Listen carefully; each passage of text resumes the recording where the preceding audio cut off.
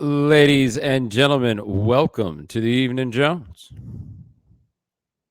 I just realized I didn't send the alarm off of people like I normally do, so I may as well do that now. If you're watching at theeveningjones.com, log in, use whatever profile you got, and you can participate in our chat room. You can also send in your questions. You type them up, I put them up on the screen and answer them. I mean, in theory, you could like talk to me through webcam and stuff like that. But I ain't done that in Lance, how long has it been since we done that? Anyway, so there we go. I got a little funny story for you from the other day. I try to give you little stories about things that go on in my little life around this city. And I had one that happened the other day that I think that many of you will find to be very entertaining. So, getting the elevator in my building, right? And I live in Harlem, and I do contend that the notion of just how white Harlem has gotten is a little bit overstated. That being said, my building, pretty white. So I get in, I go around the corner, I walk in the elevator, and it's two women, and they got both of them got them two-seater strollers, right, for the two kids. And then each of them also has two kids who are too big for the stroller, or there just wasn't enough stroller space for everybody. But anyway, it's four kids. So it's four kids standing. It's four kids in the strollers. We got 8 kids in the elevator. 7 of those kids are white. One of those kids is black. And one of the black kids is sitting in the stroller.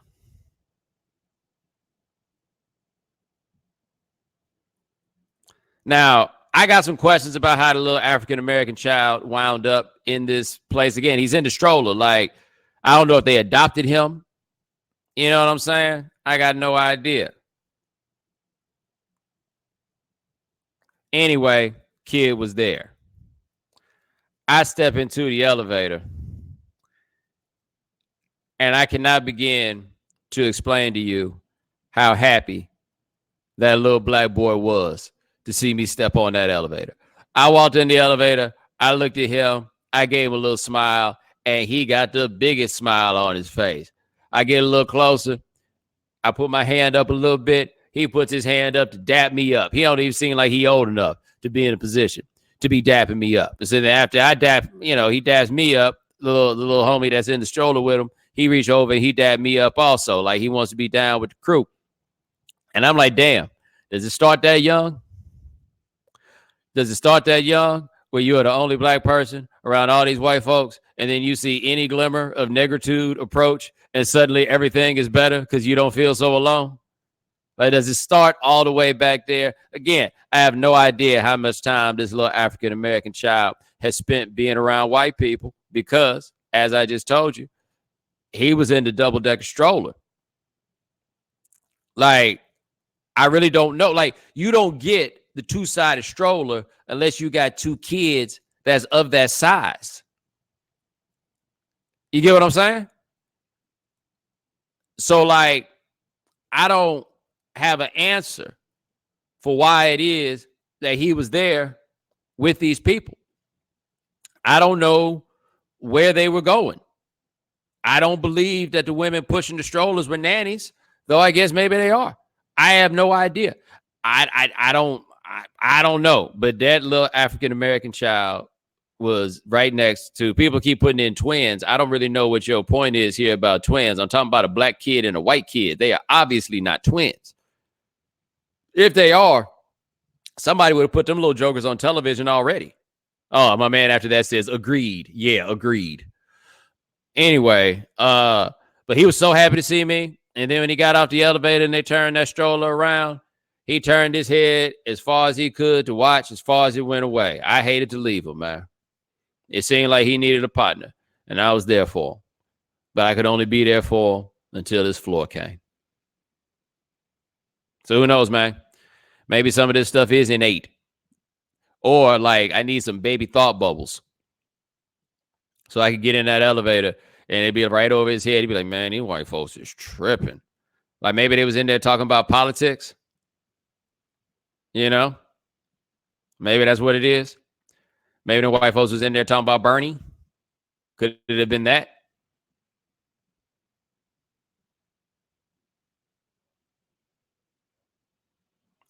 Anyway, to your questions, stop asking about sports.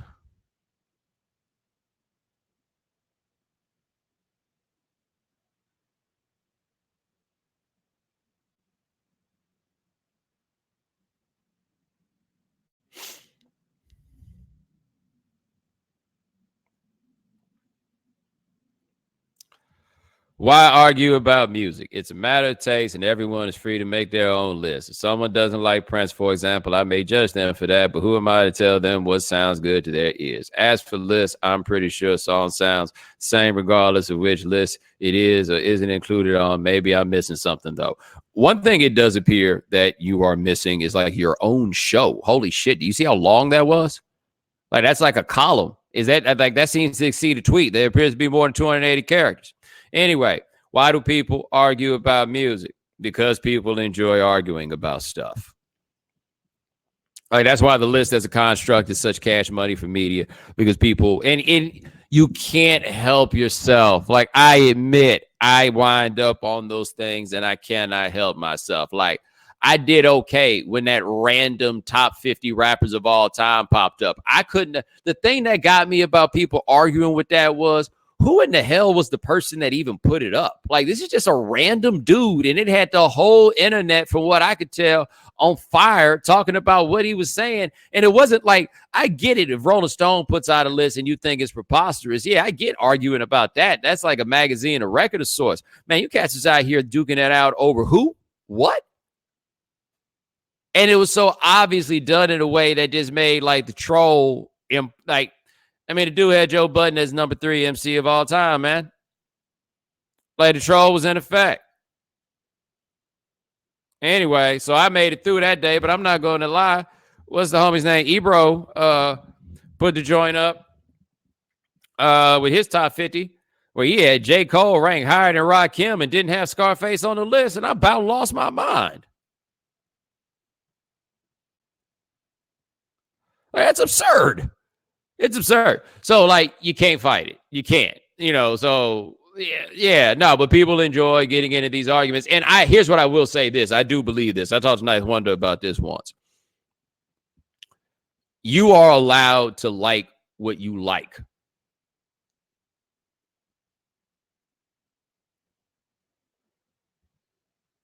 However, some things are better than others.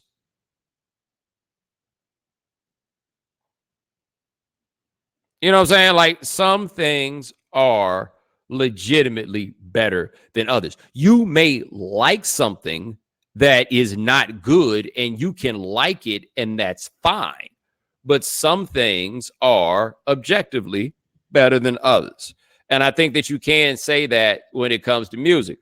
So I don't buy this idea that, it's just all a matter of personal opinion. Sort of, but not really. Right. So somebody said here, Jay-Z is objectively better than Joe Budden, for example. Yes. Now, the one thing I did think was kind of crazy in the way that people responded is that Joe Budden is not the number 3 MC of all time. And I don't think Joe Budden thinks he's the number 3 MC of all time. But y'all crazy if y'all out here acting like Joe Budden can't rap.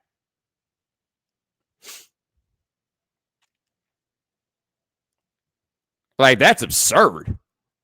Joe can rap his ass off. Like, there's a lot of room to have your problems and your disagreements with Joe, but saying that he can't rap is insane to me.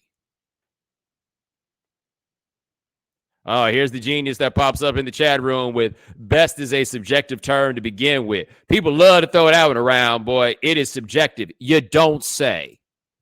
You don't say.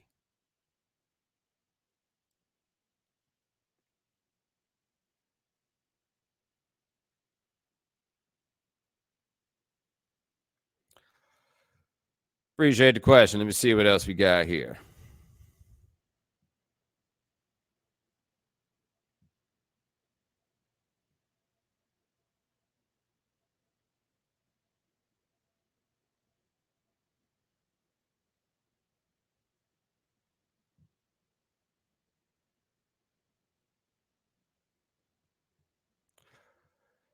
Do you think that hip hop will ever get to the point where older artists are appreciated, even to some extent considered cool for teenagers to listen to?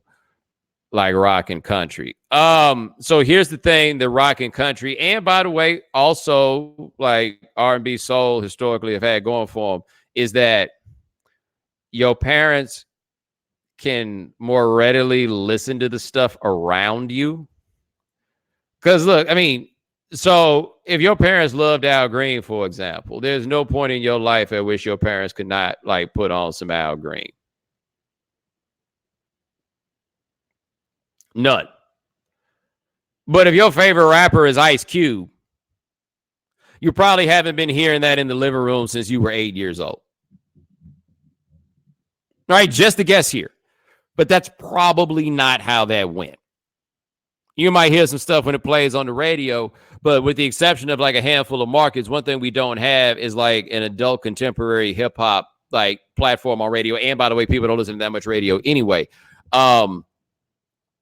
So you don't have that. You don't have any, like there is no like Rolling Stone of rap, for example. And I would argue that there's never really been a Rolling Stone of rap. And I say that understanding that the source did exist. But one thing I think we could argue that the source did not do a great job of was that, all right, so the source starts in 1989, I want to say. No, 1987, because 97 was the 10th anniversary. So like 1987, the source starts. By the time the source starts, we actually have like 15 years worth of hip hop that is taking place. And that rap was never really canonized by the press in a way that you have seen that happen primarily with rock and country, but also then kind of some of the black music acts that those rock and country writers enjoyed.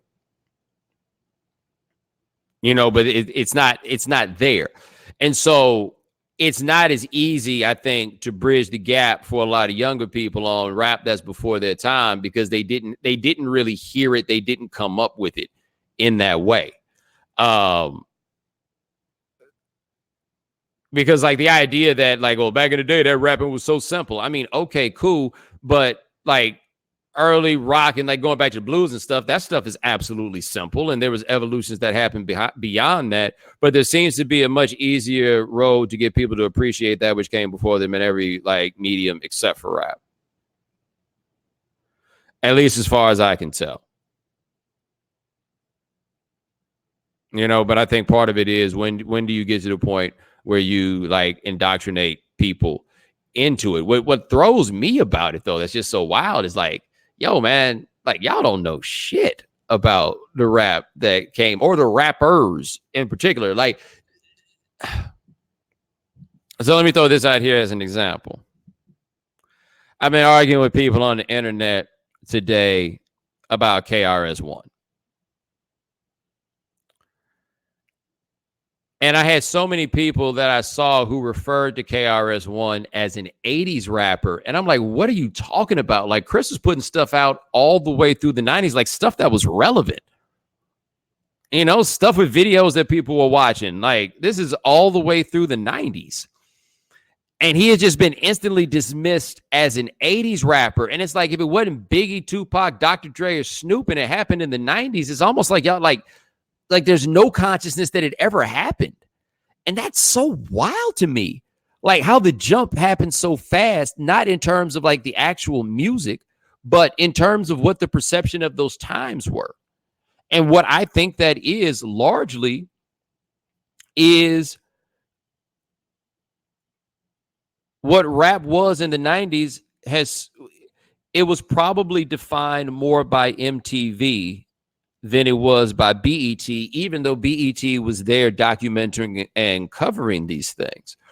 But a MTV concept of what 90s rap was is far more prevalent than a Rap City concept of what 90s rap was.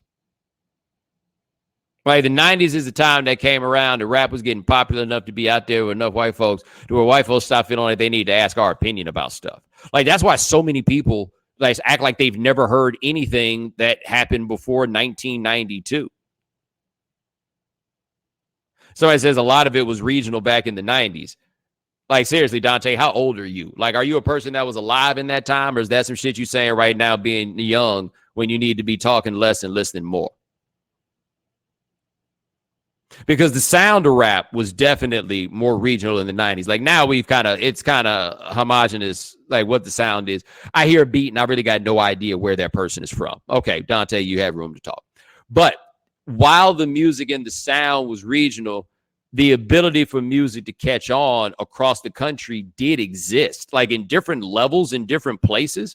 But the idea, like you had New York, for example, which is so like crazy insular, and they weren't listening to a lot of stuff that was coming from the outside. Okay, cool. But like in a town like calling New Orleans, for example, New Orleans was getting a little bit of everything. Atlanta was getting a little bit of everything.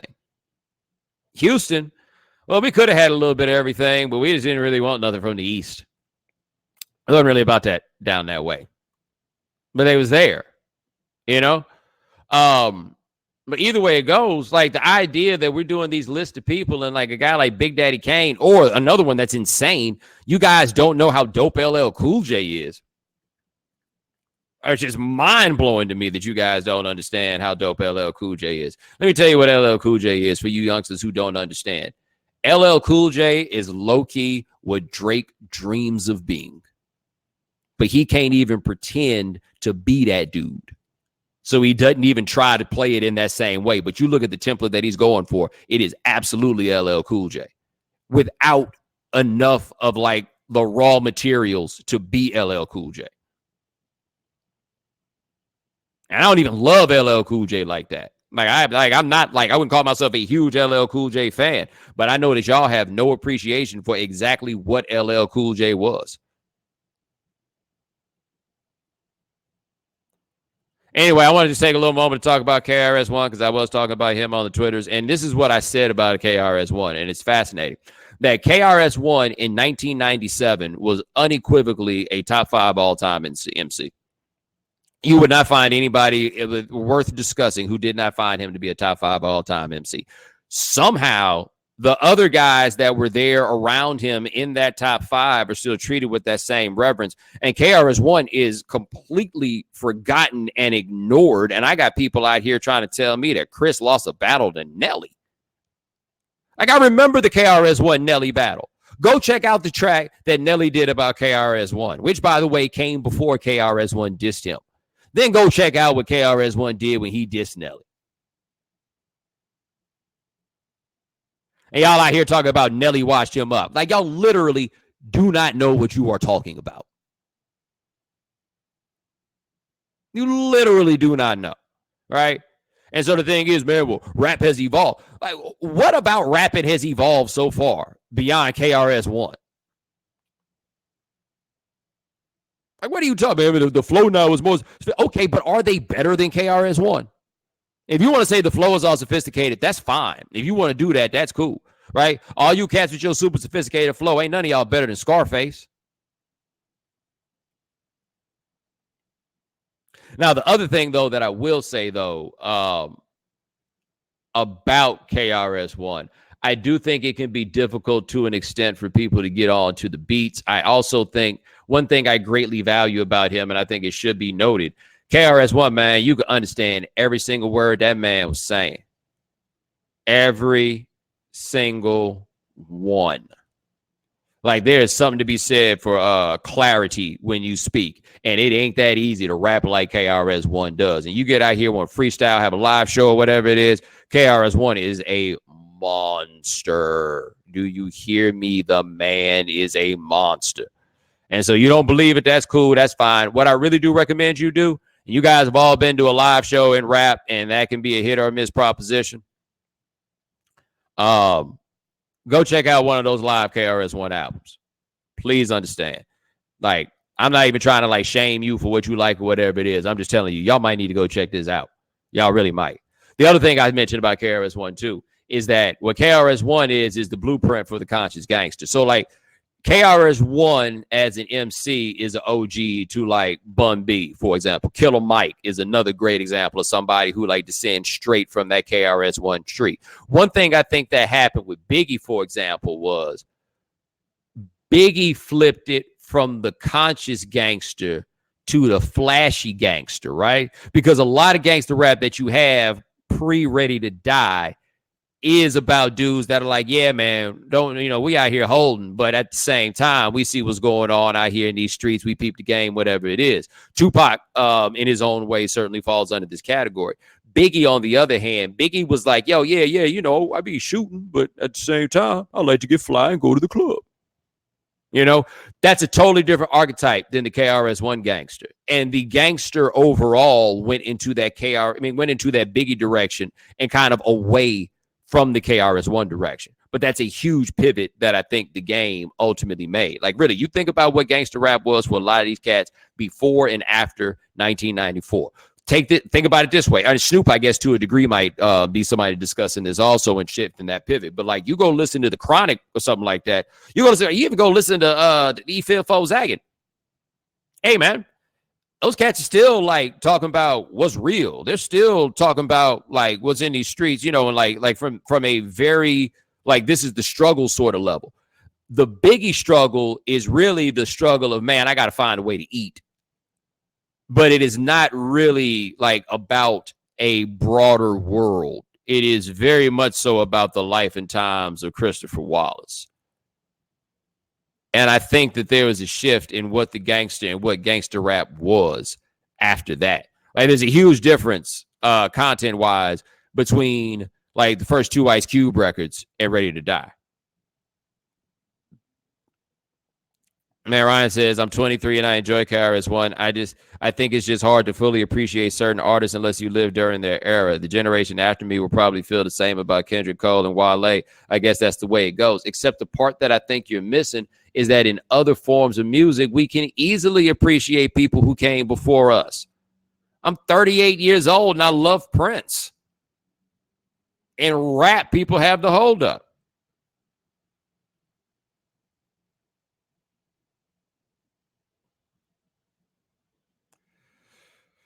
Appreciate the question. Now, somebody says here, I'm not going to make a big thing of it. I'm just tell you because people are asking. Guys say, with her passing, did any of Tony Morrison's work have an impact on your life? As some of you know, I have some kind of weird rigidities about the way that I do things. And one thing I do that's rigid is I don't read fiction. So I've seen Beloved in theaters. I'm just not the right person to talk about it. But the thing I can tell you this about Tony Morrison. I ain't never heard one person say about Tony Morrison, I mean, I don't really see why they be acting like she all that. And I've heard people say that about everybody. I've heard people say that about Maya Angelou. I ain't heard nobody say that about Tony Morrison.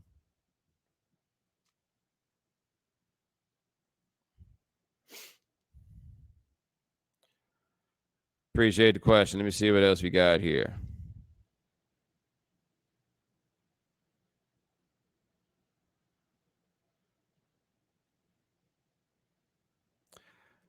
I know you love your hip hop, but I also know you're a well-rounded dude. Do you mess with rock music? If so, what bands are you into? That right there is from a white person or a black person a little too impressed with himself for listening to music made by white people.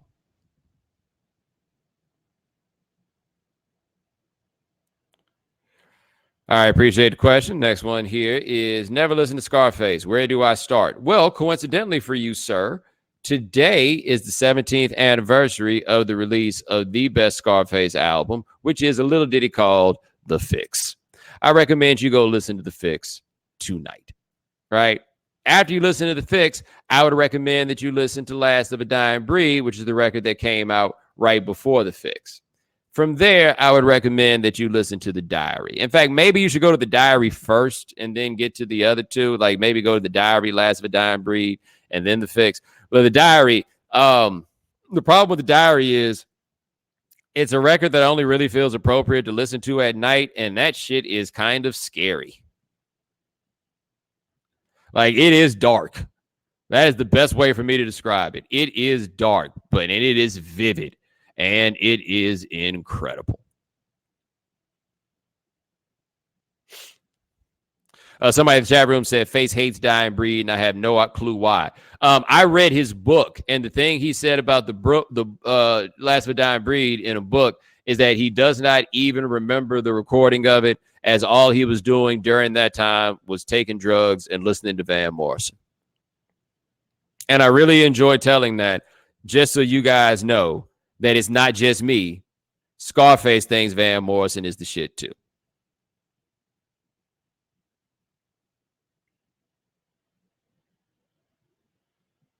Also, by the way, read his book. It's really, really interesting. It's very well written. It like speaks in a very natural voice.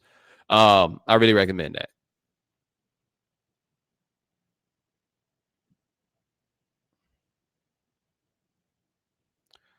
All right, let me see what else we got here.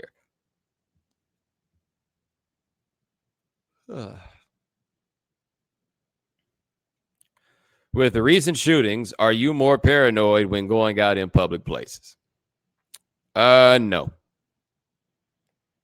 Nah. I don't know. And I think I'm not. I guess that's all I got is no. I hadn't even thought about that in that way. Like, if this was like when that DC sniper thing was cracking and I was in DC, yeah, I'd have been shook. I'd have absolutely been shook. This stuff, like, it's terrible, it's miserable, it's awful. But it's not the kind of thing that's going to leave me like paralyzed in fear.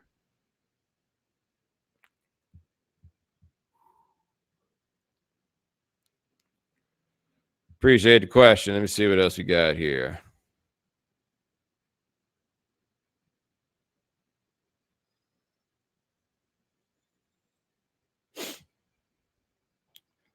Notable artists getting disrespected on these lists coming out. As a young guy, it's been troubling seeing Wayne get so frequently snubbed. Well, let me say this one thing also that needs to be kept in mind. So in 1997, the Source put out their 100th issue, and they did in that 100th issue like some polls, like top greatest MC of all time, most influential, all that stuff. But they also did a list of top 100 singles of all time and the top 100 albums of all time in rap. And the truth is, that was not the easiest thing in the world to put together. And there were things that I thought were omissions when they did that. And that's on a list of 100. And that was 22 years ago. You understand what I'm saying? Like, I mean, it's going to be hard to do. Like, a top 50 is it should be at this point in rap's development, an absolute best of the best. It absolutely should be a best of the best. So, like, with this list that went around, with the way I felt about it with KRS-One, I didn't have Chuck D. Like, if at this point you want to say you don't think KRS-One is a top 10 rapper, you could probably make a plausible case. But the idea that he's not top 50 is absurd. The idea that Chuck D is not top 50 is absurd. The idea that Scarface is not top 50 is absurd. But at this point in rap's development, there should be some people that are excellent, that are all-timers, who don't make such a list. That being said, I have feared that as time would go on, Lil Wayne would wind up becoming overrated. Strangely, we're now reaching a point where I think he has become underrated. The first thing you got to remember, man, is Wayne been out here since I was a senior in high school. Right? And like, Child Wayne is one of the best young rappers I've ever heard. He was like, for that decade of the 2000s, you can make an argument that he's the defining rapper of that time. His influence is all over the game. He's had a longer career than most guys could ever dream of. Long careers of being like out front. Right? So like, you think about back that ass up, man, that's 20 years ago. So if you want to make an argument for Lil Wayne as like top 10 or top 20, even if I don't necessarily agree, I can't knock you for it. Right? So yeah, it is weird to see people put him down like in those low 30s and stuff like that, because I think he's better than that. And I think he's got a kind of unassailable track record. Like, the guy that's fun to me to see where people put on lists on these things now is Ludacris. Because Ludacris did everything in his career you could ever ask somebody to do. We just don't really like fuck with him like that.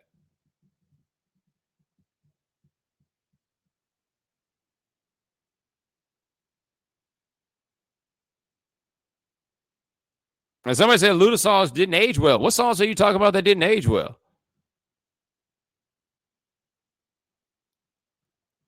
And like, hey, Luda never changed his style. Okay, that's cool. But before he got old to you, like, that dude had hits. And not even hits that you had to feel bad about listening to. He could rap his ass off. Crush T.I. in a battle. Like, he did it all. But I'm curious what these songs are that people say didn't age well.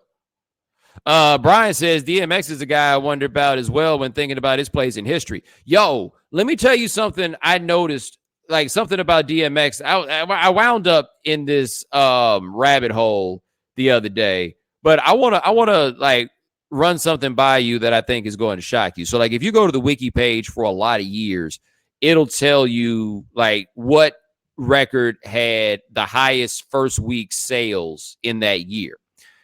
In 1998, highest first week sales was the Beastie Boys' Hello Nasty at 681,000. Number 2, DMX, Flesh of My Flesh, and this is within rap, just to be clear.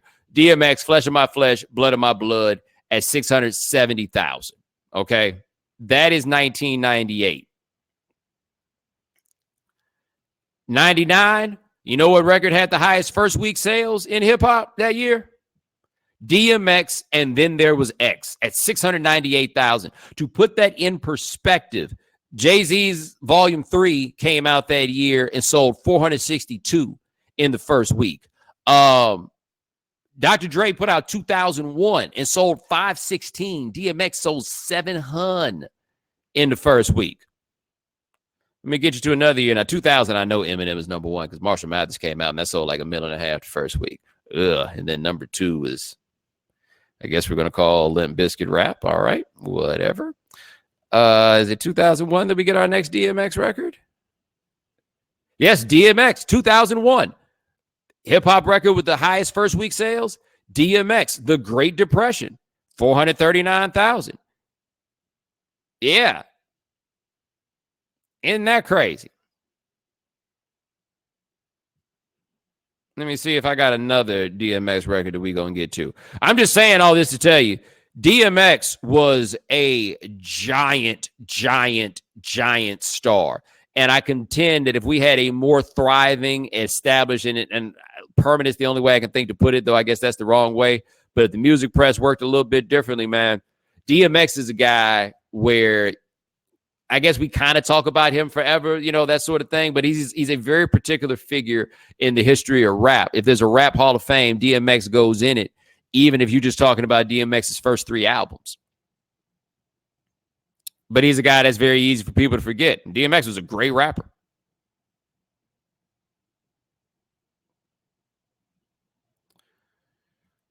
Appreciate the question. Let me see what else we got here.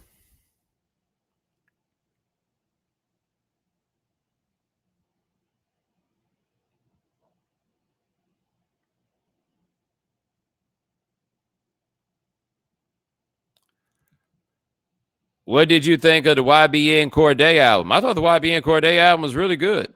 I need to give it another run. I only listened to it one time, but like this is what I can say about it. And this is if this is where I start after the first run, then I'm going to be inclined to go back through it. But these are the things that matter to me. It sounded good and it felt like something.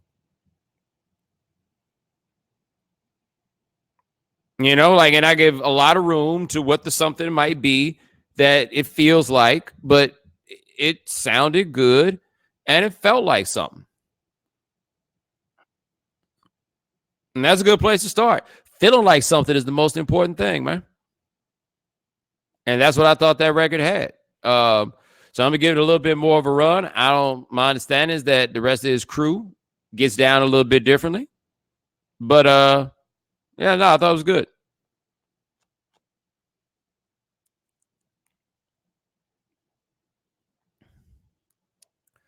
All right, appreciate the question. Let me see what else we got here.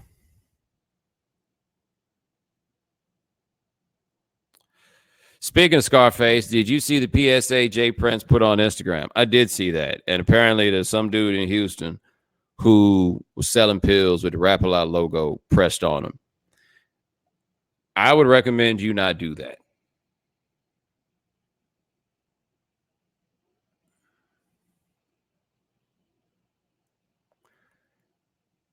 Appreciate the question. Let me see what else we got here.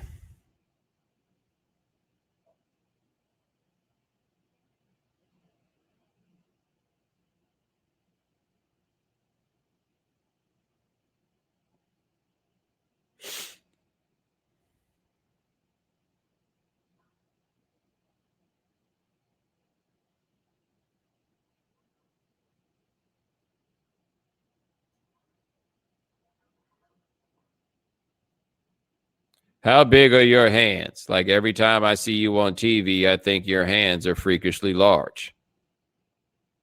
Like, what do you want to do? Measure them?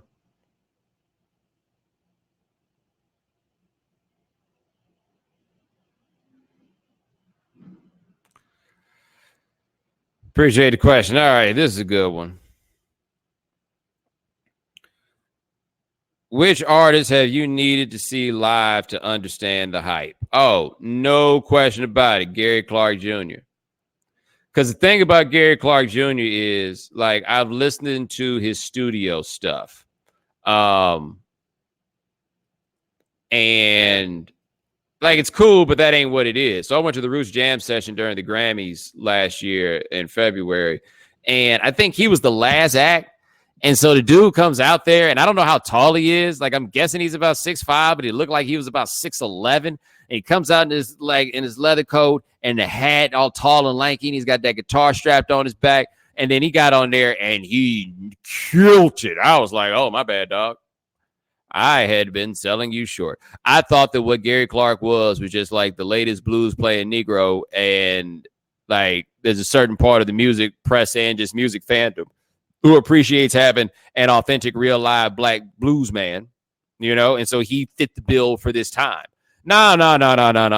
He's a monster. And then I heard all kinds of stories about people being like they're at festivals and, you know, only a couple people at his stage, and then they start hearing him play it and they go through, and then all of a sudden it's packed.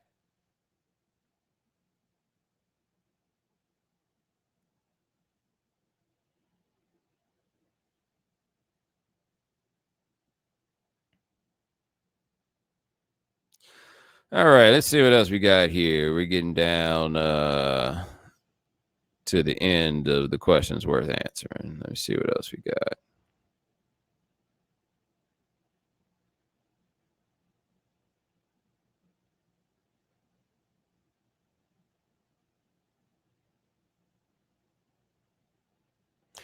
No, by the way, I did not listen to the new Chance the Rapper album.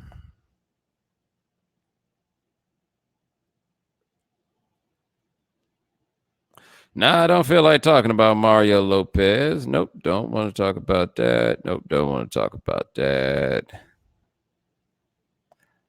I already talked about that. Nope, I do not watch Euphoria. Oh, okay, this is interesting here. Oh, damn, I just had it and it went away.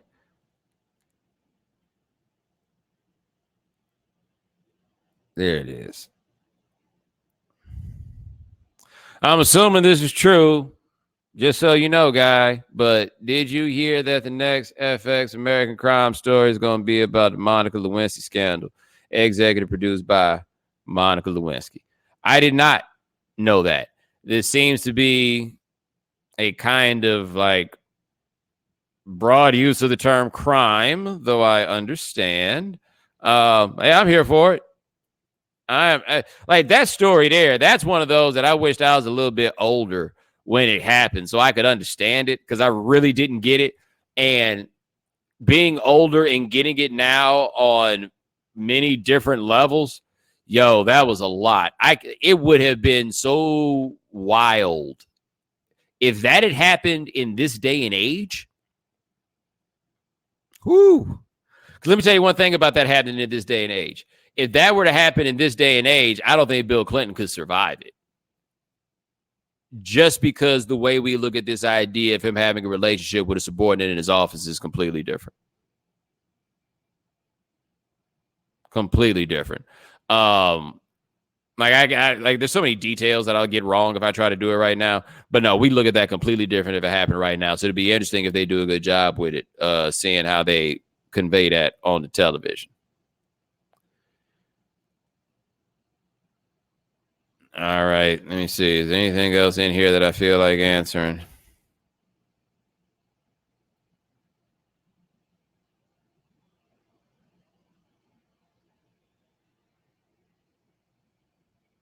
There we go.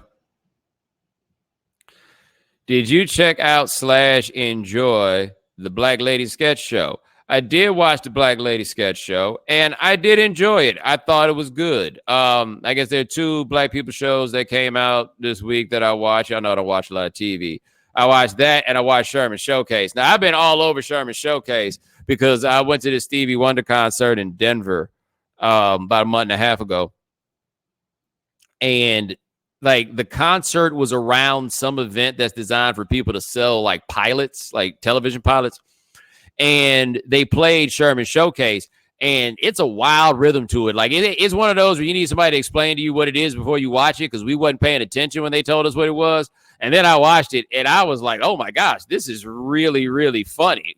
The one thing about it though, I liken it. I'm gonna get to the Black Lady Show in a second. I liken Sherman Showcase to The Simpsons. Like there are that many jokes, like that level of density where there's a joke around at every turn. It's very Simpson-like in that regard. The only thing about it is the tone is very level.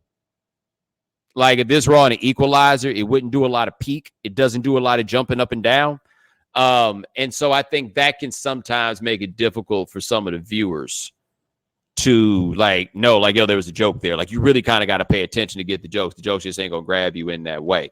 I thought I like the end now with the Black Lady Sketch Show. I thought it was really good. I thought the energy was different, and the energy was a little bit better in that regard. And I think they would be more accessible in that way. I do know that there had been some discussion about whether or not the Black Lady Sketch Show was coming from like a relatable perspective or whatever it is.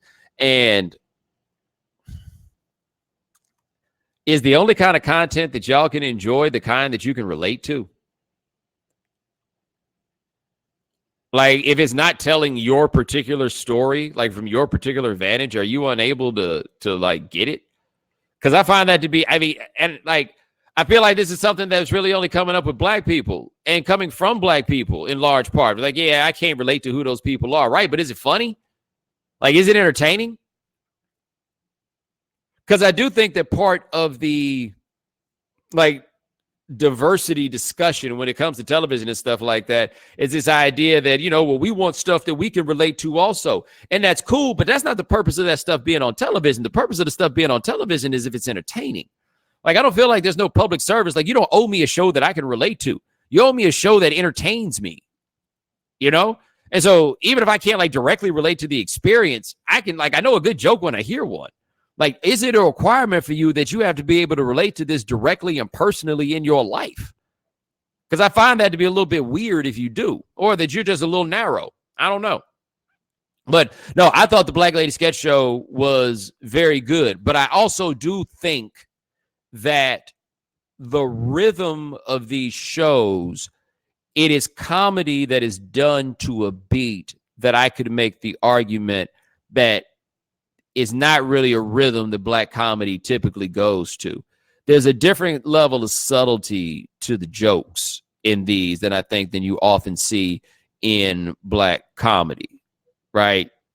They're trusting you to go get the joke rather than the joke being walked up directly in front of you, as can often be the case.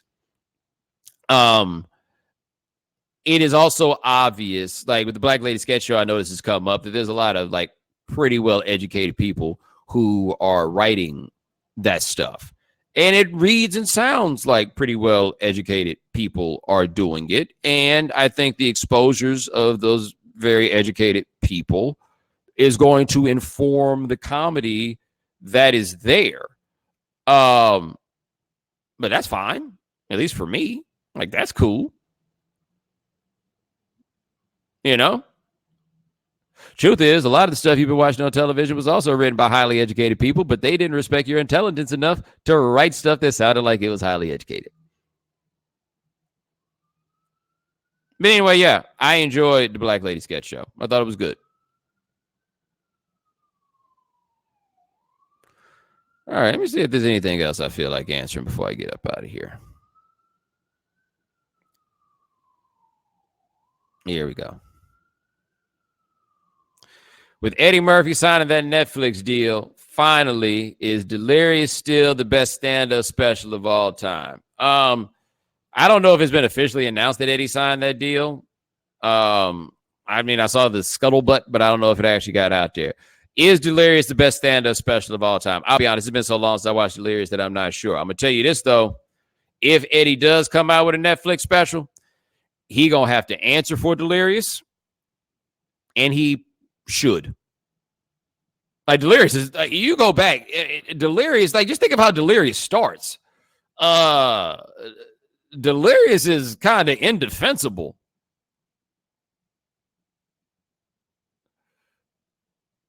Like, it was actually pretty indefensible then also.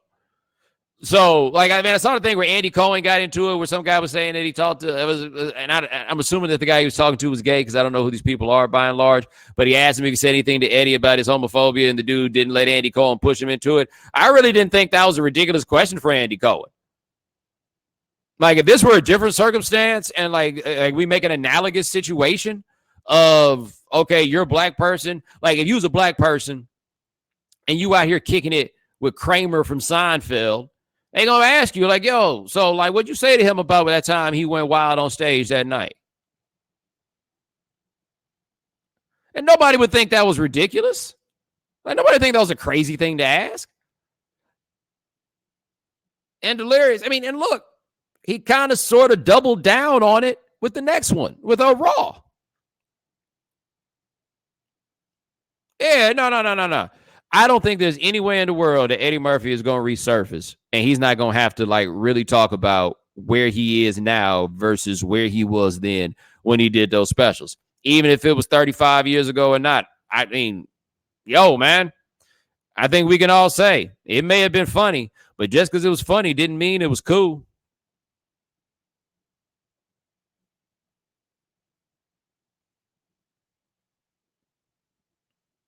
I see somebody says here he was 22 then. Okay. That's a fair point. He was 22. I think everybody gets room to grow, right? But I'm not going to be mad if somebody asks for Eddie Murphy to demonstrate his growth. I mean, really, no. Go back and watch it. Like, really go back and watch it. 22 or not. It's much. And again, it's right off the rip. Right off the jump.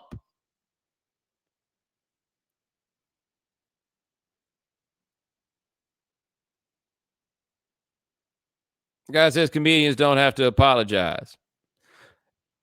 Okay. Louis C.K. looking at you like, what you mean? Who told you that?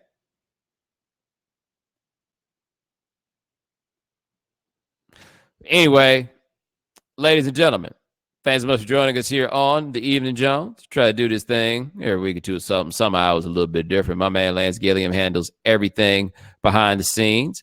Thank you, sir.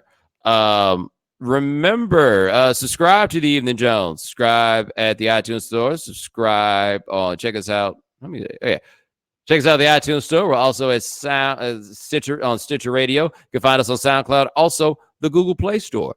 Yeah, I'm off today. Whatever. I'll holler at y'all. Peace.